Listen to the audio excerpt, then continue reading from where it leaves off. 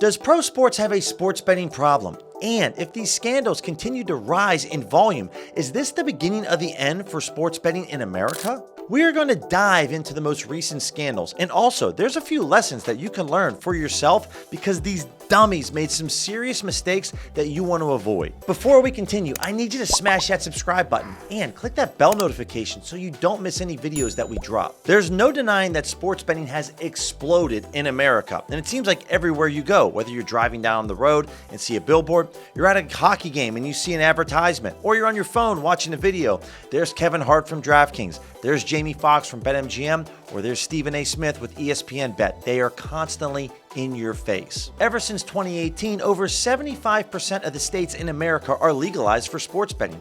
And as of recording, Oklahoma and Missouri are currently working on bills to pass through legislation. Last year, the sports books raked in $11 billion. That's right, folks, billion with a B. That's up from $7.6 billion in 2022 and $4.3 billion in 2021. There's a very consistent trend going on in this industry. In addition, the National Problem Gambling Hotline has went from 17,500 calls from July in 2018 up to 41,000 calls in February of this year. And so while popularity has rose with sports betting, so have these scandals. Like when Calvin Ridley was on the Atlanta Falcons, he was on leave for mental health issues, and he was caught placing parlay wagers on the NFL, the league that he plays in. He was wagering on. Or like Jameson Williams, the receiver for the Detroit Lions. His rookie season, while in the team's practice facility, he was wagering on other sports. One of the most recent scandals is Tucupita Marcano, the infielder for the San Diego Padres. He was banned for life by Major League Baseball as he was found to have wagered $150,000 across 400 different bets, all on baseball. Now in the MLB, they don't mind if you gamble. You just can't wager on baseball, which Marcano seemingly couldn't resist to do. And the worst part is, my man only won 4.3% of his bets. Ouch. The issue that Marcano ran into was while he was a member of the Pittsburgh Pirates the previous season and he was injured, so he wasn't playing in any of the games, he was found to be guilty of betting on his own team. Now, there are 4 other minor league players that got swept up in this betting scandal, but unlike Marcano, they only received 1-year suspensions.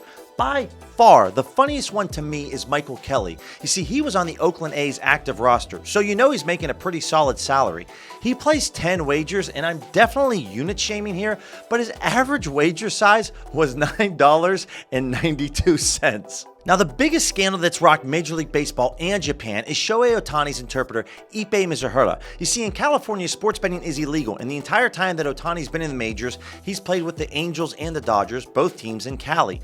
Now, Mizuhara pleaded guilty to bank fraud and tax fraud. Now, one of the crazier parts of this story was that Mizuhara and Ohtani went to a Phoenix bank where Ohtani opened up a bank account. My man Ippei switched the security protocols, so if the bank had any questions about the account or the activity, then the phone call would be rerouted to Ippei and not to Shohei. Mizuhara admitted that he impersonated Ohtani at least 24 different times, speaking with various bank representatives. He also denied access to the account to any financial advisors or agents. Now, Ippei Mizuhara is just the appetizer to the main entree, which is Jonte Porter. He's our superhero, and there's going to be a very valuable lesson that you can learn and directly apply to your daily sports betting activities. Jonte Porter was a bench player for the Toronto Raptors. You're probably more familiar with his brother, Michael Porter Jr., who was on the world champion 2022-2023 Denver Nuggets. You see, Jonte Porter got in hot water because he was involved in an illegal betting scheme. He was corrupting influence on 2 games and numerous bets. Translation,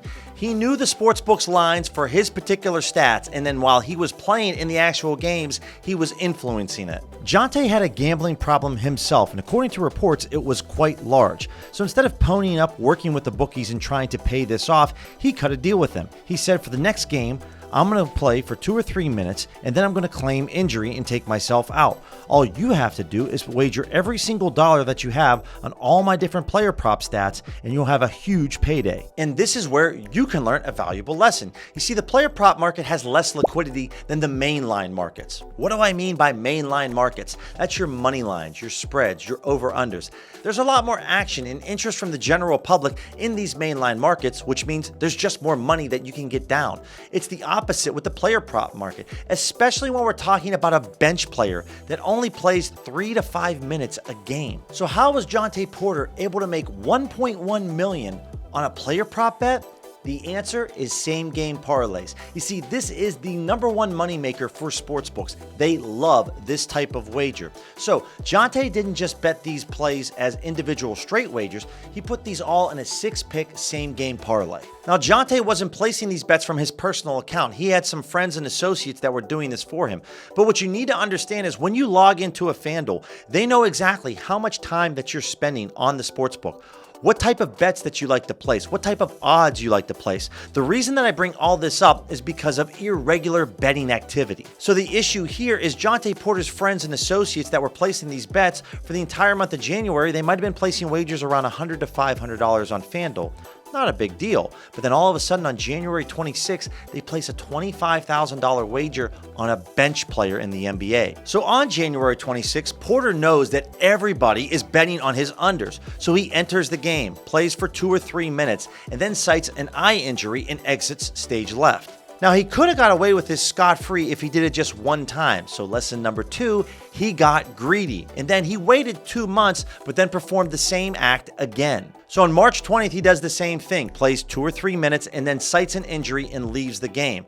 So the trader working on the side of the sportsbook, looking at all the accounts and the activity, and seeing that someone is wagering very little money in January, then a massive wager on January 26th, then again, very little money, and then all of a sudden, again on March 20th, same player, big bet, and it cashed. So the lesson here is irregular betting activity. If you're someone that wagers between $25 to $75 per play, and then you find this awesome arbitrage opportunity, and you lay down $1,500 to $2,000 on this play, that's going to make the trader working at the sportsbook sit back and go, So the question that I bring up to you, and comment down below what you think, now that we've seen these scandals rise in volume, even though this is a state-by-state basis with sports betting, do all the states maybe get together and pull back and say, we need heavy regulation in the player prop betting market, or just in sports betting in general? Or does this go back to the American traditional way, which is greed? All of these sportsbooks are making a boatload of cash. And sure, there's a couple scandals here and there, but we don't care. Just keep raking in the dough. If you're serious about making money sports betting, you need to check out this OddsJam playlist that we have right here. It's a masterclass that goes through all the tools of the software, shows you step by step how to use them, how much money you can expect to make so that you can start to transform your sports betting journey right now.